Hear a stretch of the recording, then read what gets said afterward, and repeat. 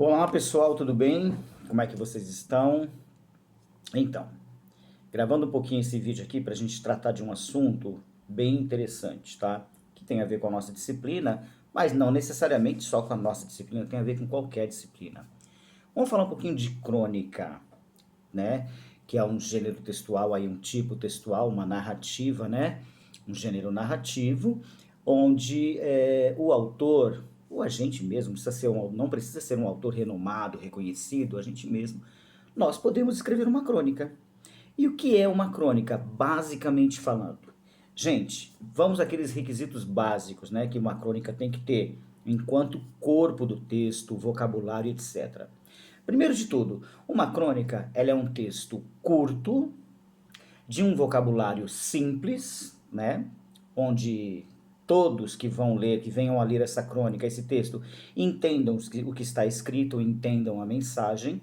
Enfim, você não precisa usar palavras mirabolantes, coisas do outro mundo, ou recorrer ao Aurélio ou a outro qualquer dicionário aí para poder escrever uma crônica, preocupado com as palavras, com os termos. Não, não há necessidade disso. A crônica ela tem justamente um dos pré-requisitos é justamente esse, que ela tenha um vocabulário simples, acessível a todos, porque aí todos que vão ler vão entender, ok? Outra coisa, quanto ao tema, uma crônica. Qualquer um de nós pode escrever uma crônica. Todos podemos escrever uma crônica. A crônica ela se baseia no seguinte, enquanto temática, pega-se um assunto ou uma coisa que até então, para nós, né, nosso dia a dia, uma coisa desinteressante, uma coisa corriqueira que acontece a todo momento e que muito poucas pessoas percebem. Então você pode falar numa crônica, você pode escrever sobre uma barata, uma árvore, um pensamento, um trajeto, um caminho, coisas insignificantes que parecem insignificantes, mas quando você vai escrever a sua crônica, a forma como você vai escrever, as palavras, os termos que você vai usar, as figuras de linguagem, as metáforas, as metonímias, né? Enfim, os exageros, né, exacerbados, nós temos aí as hipérboles, temos também, podemos usar antíteses, que são palavras que têm sentidos completamente opostos, mas que estão no mesmo verso, se for um poema, ou no mesmo texto, na mesma linha, né, no mesmo parágrafo, que são palavras de sentidos opostos, mas que se completam.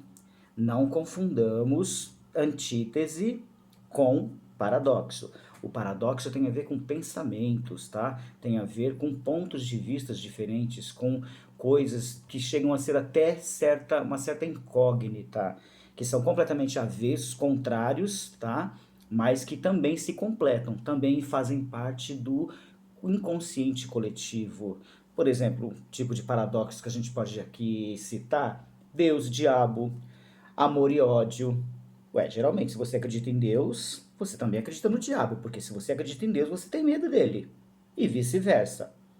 Quem ama, sabe aquela história de que quem ama odeia, etc. Não, gente, eu não estou fazendo apologia dizendo que o amor e o ódio andam de mãos dadas, andam juntos, que quem ama odeia. Não, quem ama, ama. Tá? O amor é um sentimento doce, leve, suave, que traz respeito, traz solidariedade, companheirismo, compaixão, uh, desejo em alguns momentos, enfim, amor. E temos os diversos tipos de amor: amor afetivo, amor materno, paterno, amor fraterno, amor pelos nossos amigos, pelas nossas coisas e o amor próprio por nós mesmos, tá bom? E voltando à crônica agora. Por exemplo, uma mosca. Mosca tá em todo lugar, não é isso? De repente estou aqui no meu cantinho de trabalho, estou aqui no meu home office, e aí todo dia eu percebo que passa uma mosca. E essa mosca, no primeiro momento, não dei tanta importância, porque uma mosca é uma mosca, né, gente? Eu não vou nem ligar para ela. Mas ela passou de novo. E eu percebo que essa mosca tem uma certa constância no período, no horário em que ela passa. Então essa mosca já começou a me incomodar. Eu já comecei a olhar para essa mosca de uma forma diferente. Mas que mosca é essa? Por que ela está passando aqui, perto de mim, e sempre nesse horário? O que é que ela está tentando me dizer? Eu começo a atribuir alguns sentidos, alguns significados para a mosca que até então passou despercebido, ninguém falou absolutamente nada sobre isso. Eu também não pensava nada sobre essa mosca. mas eu começo a ter algumas prosopopeias com essa mosca, né? Começo a atribuir a essa mosca características que ela não tem, mas que é o meu consciente ou o meu inconsciente, enfim, eu começo a observar essa mosca de uma forma diferente. Será que essa mosca não são os meus pensamentos que estão para lá e para cá, que estão voando, que eu estou, enfim, fantasiando coisas, imaginando, refletindo, e aí essa mosca não leva esses meus pensamentos para o universo, para o tempo, para o espaço, para a natureza, e ela volta novamente naquele período e me traz algumas respostas. Essa mosca, de repente, se ela não vem no outro dia, naquele período, naquele mesmo horário, eu já começo a sentir falta, mas por que ela sumiu? Por que ela desapareceu? Então, o que é essa mosca? Qual é o significado dela? Qual o sentido? Por que ela aparece para mim todos aqueles dias, todo dia, naquele mesmo período, naquele mesmo horário? E eu começo a imaginar essa mosca, então, e atribuir a ela características que não são delas, né? É porque uma mosca é um inseto, uma mosca é uma mosca e acabou e pronto, tá? E aí eu vou escrever sobre essa mosca.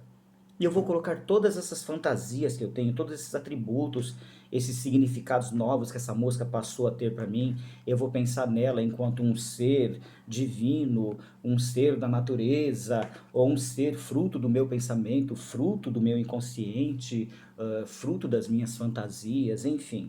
Essa mosca, ela passou a ser tema do meu texto, da minha crônica, do meu pensamento. Depois eu passo isso para o papel.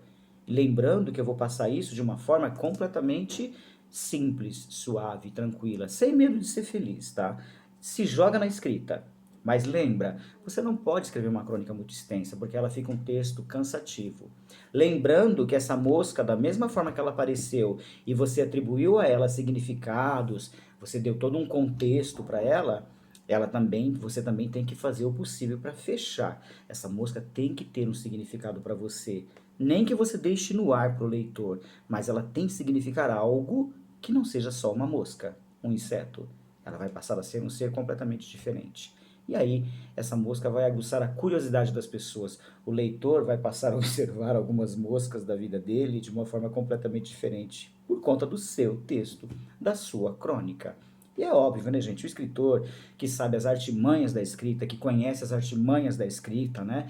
Que dá toda aquela riqueza de detalhe, sabe usar as palavras, ele vai fazer desse texto uma coisa muito curiosa, muito interessante, e que aí o tema, que foi a mosca, vai passar a ser completamente objeto do prazer na leitura. Por quê? Porque eu quero saber o que essa mosca significa. E eu posso também fazer a crônica deixando essa mosca sendo a sua mosca. Lembra a música lá do Raul? Eu sou a mosca que pousou na sua sopa e etc, etc. Então, aquilo é uma crônica. Uma mosca e acabou. Então, essa mosca real, inseto, simbólica, resultado da sua fantasia, dos seus pensamentos, das suas reflexões, ela vai ser tema do seu texto e ela vai se tornar uma coisa muito interessante e muito curiosa para quem começar a leitura e vai querer chegar até o fim. Então, tá vendo? Eu transformei uma mosca em uma coisa tão importante e convenhamos, né? Uma mosca não é tão importante assim. Claro que ela é importante para a natureza, desculpe os biólogos, né? A mosca também tem tem o seu papel, tem a sua finalidade, tem o seu papel na natureza, né? Até enquanto decompositor também, tá bom? Então, com relação à crônica é isso. E dica, não tenham medo de escrever, escrevam o que vocês pensarem, deixa a fantasia fluir, deixa o raciocínio, deixa a criança interior de cada um fluir, mas sempre pensando em dar um significado para aquilo sobre o que você está escrevendo, tá bom? Para que você possa fechar o seu texto, concluir o seu texto. Então, viu só? Não precisa ser nenhum expert para fazer uma crônica. Basta você começar a observar os pequenos detalhes, porque o cronista faz isso. Ele observa as pequenas coisas que nós não observamos e que tudo vai passando, passando, mas para ele não passa nada. Beleza? Isso é mais ou menos aí o que seria uma crônica. Espero ter ajudado vocês e até a próxima. Tchau, tchau.